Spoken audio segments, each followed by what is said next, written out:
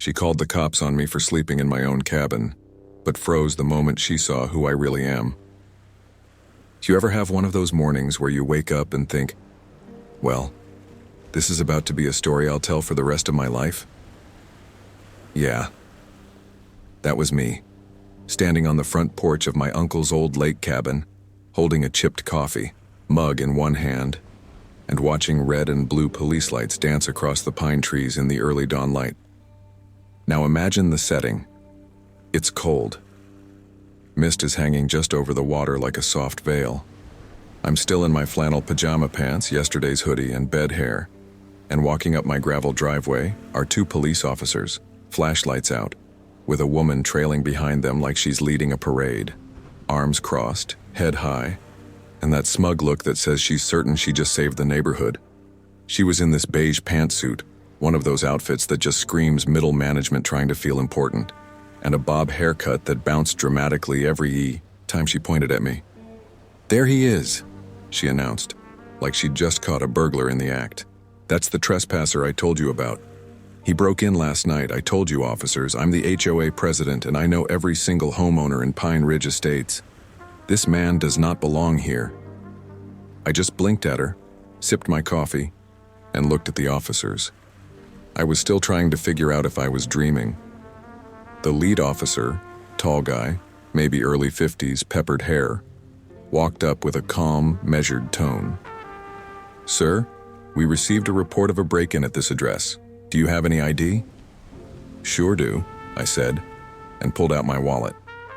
I handed him my license and another card, the one I always keep tucked behind it, the one that usually changes, the temperature of a room real fast. He glanced at my ID, then stopped cold when he saw that second card, looked at it, looked at me, looked back at her. "Ma'am," he said slowly, "do you know who this is?" Her smug little smirk didn't even flicker. "I don't care who he claims to be. He's trespassing. He didn't go through the HOA application process. He doesn't have authorization to stay here." The officer turned fully toward her. "This is Daniel Morrison, Senior Compliance Officer, State Real Estate Commission." I swear the color drained from her face like someone pulled the plug on her ego. Gone. Vanished. Just like that. But let me back up for a second. This whole mess started 3 days earlier. I was still in the city, buried under piles of paperwork from one property dispute after another. That's my job. I make sure real estate practices across the state are legal and fair. Basically, if you're an HOA board pushing shady rules or trying to cheat homeowners out of their rights, there's a good chance I'll end up at your front door. Anyway, I got the call from my mom. Uncle Robert had passed away. Quietly, peacefully. He'd been alone up here at the lake for years, in the same little cabin I'd only visited once when I was a teenager.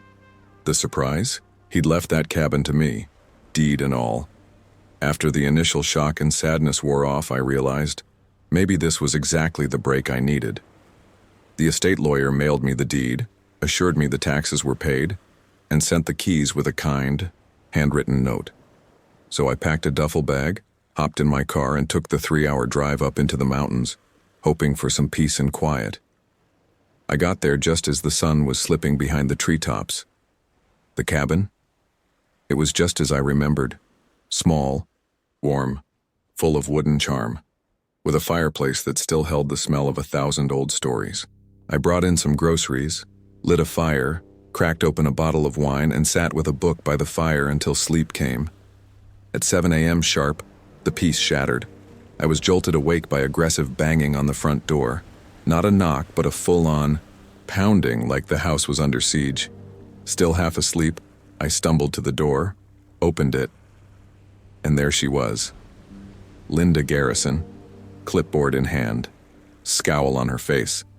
"Excuse me," she barked before I could even say good morning. "Who are you and what are you doing on this property?" I squinted into the sun. I'm Daniel Morrison. This is my cabin. I inherited it from my uncle, Robert Morrison, and you are..." Her nose scrunched like she just sniffed something foul. "I am Linda Garrison, president of the Pine Ridge Estates HOA, And I can tell you with absolute certainty, no one authorized a new resident here. You need approval, transfer fees, background check, the whole process. I exhaled. I own this cabin. The deed's in my name. I'm just staying for the weekend. She waved her clipboard at me like it was a sword. That's not how it works here, mister. We have bylaws. You can't just show up and declare yourself a resident. I looked down at myself, still in yesterday's clothes. Ma'am, I didn't declare anything. I slept here, that's it. Then came the threats. Lawyers, fines, background checks, orientation packets, yes, really. I kept my cool, told her I'd review the HOA documents later, and very politely asked her to leave so I could get back to my coffee.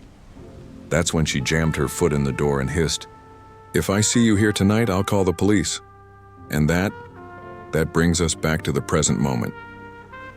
Me, mug of coffee in hand, watching her stand on my porch with 2 police officers. And the best part, we haven't even gotten to the fallout yet. So there we were, me on the porch in my pajamas, coffee in hand, and Linda Garrison still radiating righteous fury, standing next to 2 very confused cops. Except that fury? Yeah, it was evaporating faster than dew in a desert, because after that officer read my title out loud, Senior Compliance Officer for the State Real Estate Commission, Linda went quiet. And if you knew her, you'd know that alone was a miracle. The lead cop handed me back my license and gave her this slow, almost pitying look. "Ma'am," he said, "he owns the property. That's not trespassing. You can't trespass on your own land." Linda didn't miss a beat. She jumped in with, But, he hasn't submitted his HOA forms. There's a $500 transfer fee. He hasn't completed the new resident orientation."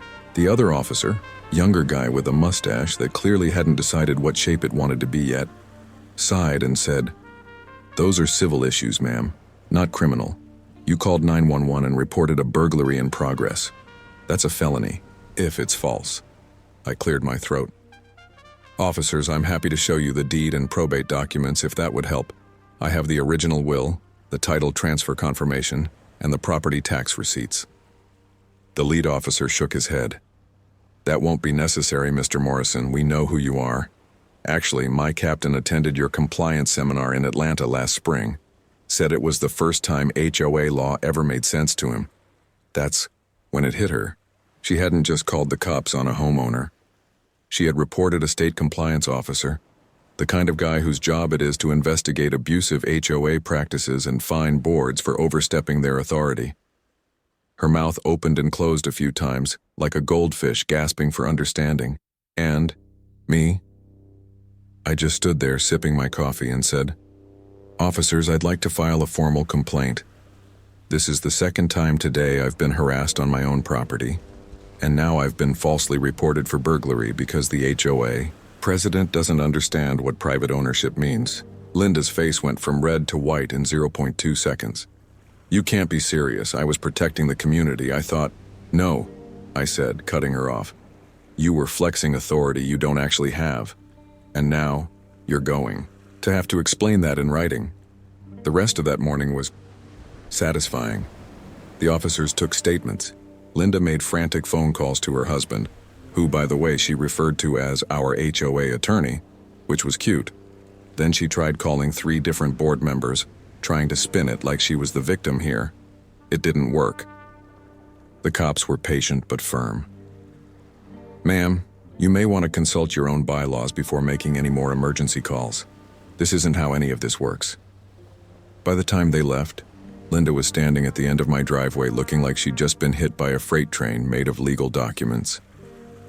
The next day, back in the city, I opened a file I'd been meaning to look at. Pine Ridge Estates. Some incident reports. I'd seen their name pop up before, once or twice on audit requests and again in a homeowner complaint file flagged for review. And man, it was like pulling the lid off a moldy casserole dish. Improperly held elections, missing financial disclosures, bylaw changes pushed through without notice, fines issued for things like unapproved holiday decor and non-regulation mailbox paint. And guess whose name was on every single complaint? Yep, Linda Garrison. So I did what I do best. I opened a formal audit. Under state law, HOAs have to follow specific protocols. If they don't, the state steps in, and I am the state. A month later, I returned to Pine Ridge. This time, not as just a cabin owner, but as the lead investigator conducting a compliance review. Linda was at the emergency HOA meeting, gavel in hand, trying to keep it together. But it was obvious. The board had turned on her. So had the neighborhood. Homeowners stood up and spoke.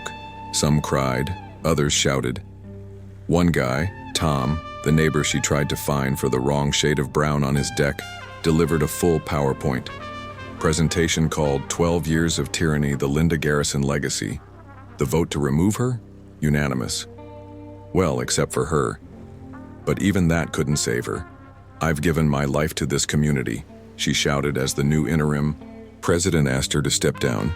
And now, said Tom, not even trying to hide his grin, you're giving it back. Security walked her out. She clutched that clipboard like it was a baby blanket, muttering about lawsuits and loyalty. It was almost sad. Almost. Now, I'd love to say that was the end of the story, but nope. Because karma, she wasn't done yet. See, the HOA's insurance company took one look at her false police report and said, yeah, no thanks.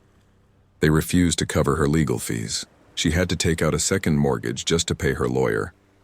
She also got slapped with a $5,000 fine and 200 hours of community service for the false 911 call. Apparently, she's now spending weekends picking up trash on the side of Route 16 in a fluorescent vest, but the best part? 6 months later, the state finalized a new set of guidelines for HOA governance, written by yours truly. They're called the Morrison Protocols. And guess which HOA is now required to follow every single letter of those rules? Pine Ridge Estates. I get to oversee their compliance reviews every year. I show up with my clipboard, my badge, and a smile. And Linda? She still lives 3 streets over, still walks her little Pomeranian past my cabin. But she never waves, never stops, definitely never mentions HOA business. And me? I sleep great in that cabin now, because the woman who once called 911 on me for sleeping in my own bed now flinches every time my name comes up at a board meeting. And that's what justice looks like.